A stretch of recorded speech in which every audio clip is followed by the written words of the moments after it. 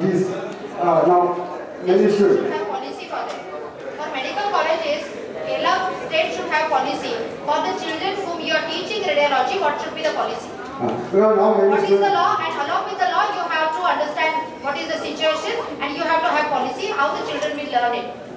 If during the learning, if they see the genitalia, if they disclose somebody, and if they get involved, and if even though without that any imaging machine nobody can touch without permission, then you have to decide as a state how you allow your children to do it. No, since they are PG students and they are completed 2 years course or 3 years course. Now once they are not going to declare the sex. But once they completed 6 months, they are absolutely entitled to do As per law.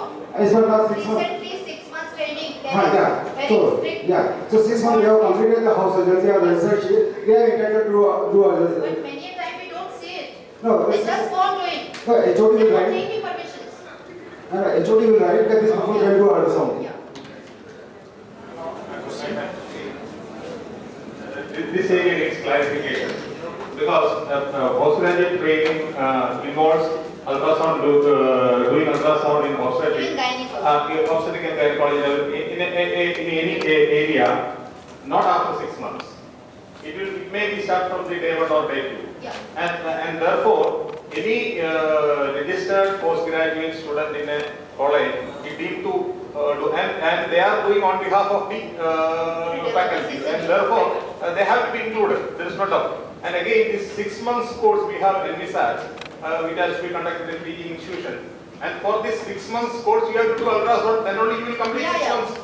So before completing again, you are doing ultrasound. So who will give you permission for that 6 months?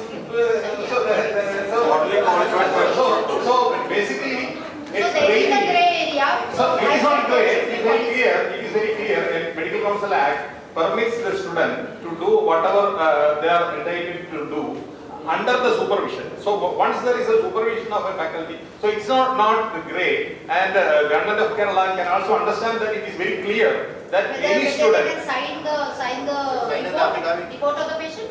Yeah, they are signing as a junior resident on behalf of the, see, a person who is signing on behalf of the head of the department can do, this is Medical Council Act. This is Medical Council Act. Medical Council Act It should not be control. contravention with PCP. It is not in contravention. It is not in contravention. It is not in contravention. Basically, we should understand why this act was created by our honorable parliament. It is to restrict, it is deny, it is to stop female feticide. Elaborating it to as an act to control medical practice, then it is not right. For that, the Clinical Establishment Act is coming. So till then, let us not use to control clinical practice. These are two things. These are two different things. So clinical practice at first. In Sassoon Hospital, KM Hospital of Maharashtra, we can't say this. What? As you said it here, we cannot take this because even our children, they may disclose. I am worried. So if they sign the report, And therefore after 6 months they can do this. So that is irrational. See, after 6 months they will not, after 6 months they will declare, and after 6 months they will not declare. That is irrational. that's also we have taken. That is wonderful. There is no problem. In addition to the faculty, undertaking. If they buy, before, they have to see the permission first. And they have proved them immediately with the company. Recording of the details of the machine in the certificate. How to be done? Usually when they order, they get all those details. That is at the DMO's office. Yeah. But in the certificate of registration. The certificate of registration, those details you put, give it, and then the machine will come. Already issued certificate. Already issued. How? You didn't understand. They have certificate details about them.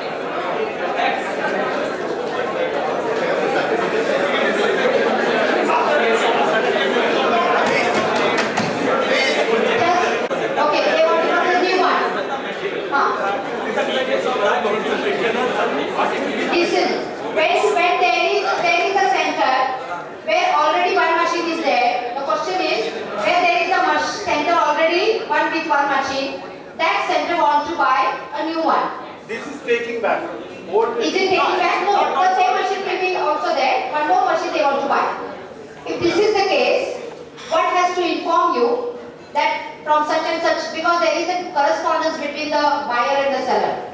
Okay? Those details they will provide to you.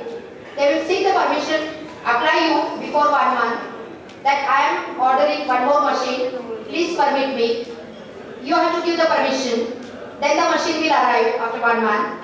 If the machine arrives, then after that, ask the doctor to come with all those details of the machine, and then on the same certificate, you have to put those details. You did not change the certificate. And if it is already written so many things on there is no place to write, there is already one more list. Better with same number, prepare a new registration certificate with the same number. Don't give new number. With same number, add that machine and give it to them. If there is a change of a person, if there is a change of an address, if there is a addition, deduction, change of a machine, then better to add it or deduct it and delete it from the certificate, prepare a new one with the same number. Don't change the number. Certificate number remains same. Remains same. If for every new machine there will not be new number. If there is a change, just change it. They are going to take the 2 machines also. Oh yeah. Any number of machines. Any number of machines. Has to be written in the Returning the certificate. That's it. Familiar as a Malayali with what's happening in Kerala. And let me tell you, first thing is that, I have dealt with the Kerala Medical Association for about 20 years at various levels. And of course, last 15 years I have dealt with many presidents of the Indian Radiological Imaging Association. Today morning somebody was telling me the Kerala radiologists are different from the Indian radiologists, and I hope it's really true. I really would like, and because for 2 decades ago I was very proud as a Malayali when the Kerala IMA went around and campaigned in every state against Ketan Desai when he was trying to become the president of the Indian Medical Association. So therefore, there are many things which I hope that as doctors and members of the IMA and IRIA, that ethics is important, and I do hope, and having been around the country, till about a few years ago, the only concern we had about Kerala, say 10 years ago, we found the highest rate of ultrasound in antenatal care was in Kerala. So we were not that worried about the misuse at that time because the ratios were fairly consistent. But over the last few years, Dr. Manoj, I know 2 years ago you disagreed, but we are seeing real changes in demography of Kerala, which is frightening, because I had hoped at least there would be one state where ratios will not fall. I just come from Sikkim. We are seeing drops in Sikkim also, because Northeast is one rare place like Kerala where ratios were very good. We are seeing in many parts of tribal India ratios drop. And so I would like to say that, first of all, malpractice in Kerala is still very small, but it is there. Today, Dr. Mohanan, you said it's an accusation. Well, the point here is that when numbers are dropping, one is really worried. And that is the context which I would like to say. Like, for instance, when we look at the different districts, we are very worried at some of the districts like Trichur, we are very worried about Malappuram, we are very worried about Kasaragod. And so consistently, if you look at these places, we are really, and and if you look at our society, for instance, we have matrilineal, we had Christians are always very patriarchal. We always had dowry. Of course, in northern Kerala, in Trichur, etc., dowry was far less than what it was in South Kerala. But we are seeing very substantive changes everywhere in Kerala, and therefore, fortunately, till a few years ago, our ratios were good. If you look at last 100 years, some question was raised about. If you look at 100 years of child sex ratio from 1901, our first census started in 1871. From if you look at ratios from 1901 to 2001, Kerala was always good. But 2011 was the first time we saw some declines, and that is what is very worrisome. Amal Anthony had told me today morning that, oh, it's not sex ratios at birth you're looking at child sex ratio. Sex ratios at birth are also declining. And that is indeed why we are very worried.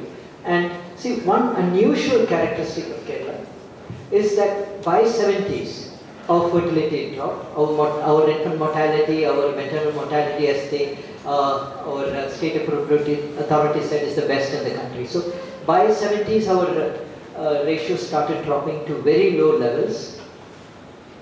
And you know, whenever I go to any other part, like I go to North India, if I look at my generation of people, contemporaries there, they would have very large families. You know? While because ours transition took place at many years ago, you know, our sizes are very small. Today we have, you know, in some districts, ultra low fertility, you know, which are even lower than what you see in Western Europe. You know. So what I'm trying to say is Kerala is unusual in that sense. So we are increasingly fine. We have the largest numbers of families with one child. We are really worried. In some cases, we are seeing sex selection even in the first child, which has traditionally never happened. We are seeing this in other parts of the country. We are seeing this in Delhi, for instance, where again family sizes are very small. We are seeing it in other parts also. Now, you know, as an Indian, for instance, you know, I'm really disturbed because, you know, Indians not only do it here, but do it outside. Now, in the last 15 years, now, you know, in most parts of the world, people have started looking at births of Indian children there. So what we have found in Scandinavia, what we have found in Spain, in Italy, in US, UK, Canada, everywhere, we are finding that Indians are having less girls in these places. You know, because the thing about births, it's so uniform. You know, universally it's so close. So even if there's a slight distortion, like just now I had got a paper from the New England Journal of Medicine to look at what's happening in the Indian diaspora abroad. So there in Canada, for instance, 3% of girls there eliminating between 1980 and 2001. But you can easily find out because the births are you know, recorded. Now in Kerala we have this great opportunity because 99.7 or 8% of our births are institutions. So therefore, please remember as radiologists, any kind of misuse in sonology is immediately evident in births. One doesn't have to wait for too long to it to appear. And since it's a malpractice, which is, see, even if 95% of you are not doing it, if only a small proportion of doing, and it's highly, what do you call it, in terms of it's highly, it's not as if it's random. Those few people, you can easily see it in this thing. So that is my greatest problem.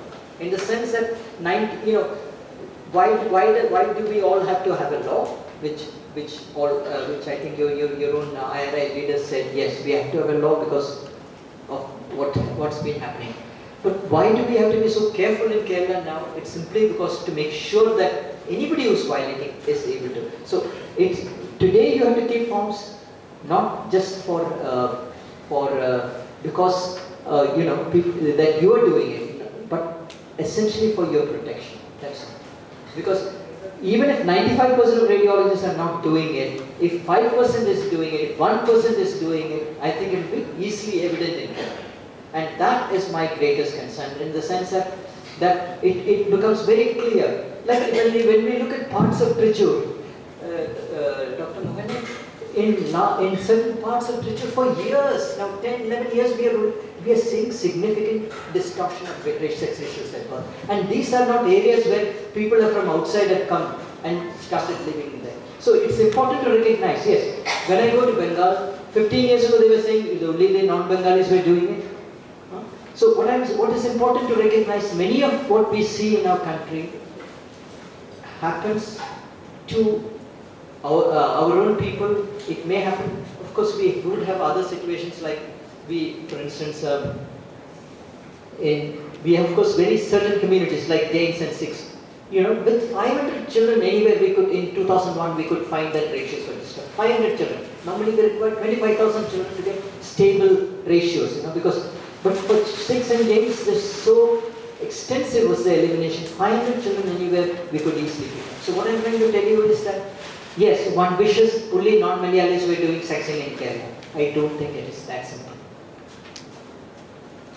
And, like 10, 11 years we're seeing this in some parts of Kerala.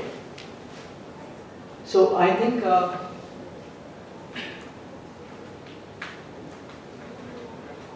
several times today in the day, I've had radiologists arguing why not, why don't you go after MTP? See, let's be very clear, sex selective abortion is illegal. There's nothing which gives the legal sanctity to sex selective abortion. Okay? Now, what happened in our country from this, both abortion and sex selection was introduced in the early 70s. Sex selection was introduced in 1970 in All India Institute of Medical Sciences.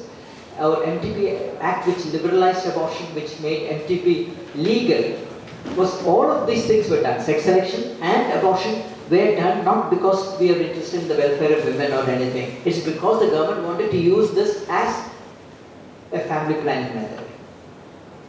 So, if you look at, for instance, the first paper which was published in Indian Pediatrics in 1975 summer, and there was this argument by very, very eminent medical scientists in AIIMS, all of them who got Padma Bhushan and all those great awards.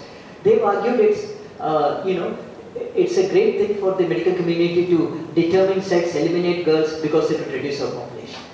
They had argued that several large numbers of women had no anxiety in determining sex and doing this. So what I'm trying to tell you is, remember that many of these practices were started in government institutions, like for instance, till 78 it was only available in government institutions. Then the government stopped it, then it went to other places, the private sector picked it up. And like we remember in Meerut Medical College in 1978, when the government institution stopped it, they were referring patients to government medical college in Meerut. So what I'm saying is, remember what we are dealing in Kerala, we are lucky we are dealing with the distortions right now. That is again a great strength of the society, but with family sizes becoming very, very small, we are really worried that even small distortions, like when you have 5 children, most families will have 2 or 3 girls, but when you have 1.5, when we are dealing with 1.3 in some of the districts, even if a small proportion of children select their sex, we would immediately be evident. And so that is our greatest concern, that we cannot hide these things too long in Kerala, because most of our births are there, and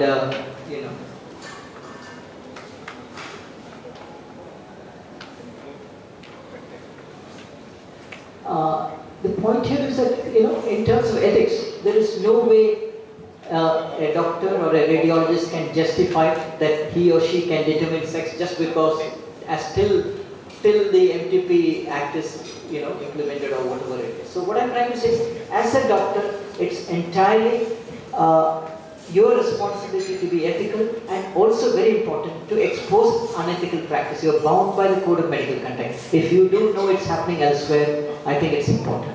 Now I was, one of our biggest difficulties, when I came for inspection, I had to be sure that, that there were very major violations before some action was taken. Because, we had been to a medical college where we found right from the head of the department to several others were doing ultrasound without informing the authority. So what I'm trying to tell you is that, that we hope in future there will be much more compliance to the law, and in so much so, at least we can go and really focus all our attention on the people who do malpractice of determining sex, which is happening in Kerala, though it's very small, but it is indeed happening.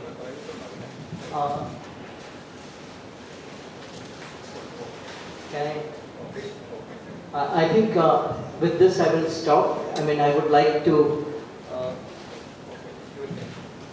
I have some more time, but I would like to, if you have any concerns, I think please do raise it. The certificate of registration issued by the appropriate authority doesn't carry the details of the radiologist, that is my name, or the details of the registration as quoted by Madam Vidham. in the lecture today morning. There is one question. Ah. Second thing is I have, if somebody can help me with this, this is a new F form. Question number one is the certificate of registration that was issued by the appropriate authority does not carry the name, my name, that is the name of the radiologist or the details of the machine as was specified by Dr. Varsha today morning. Second thing is, this is the new form F. I was using the old form. Only recently I came to know that there is a form, new form F. These are downloaded from the net.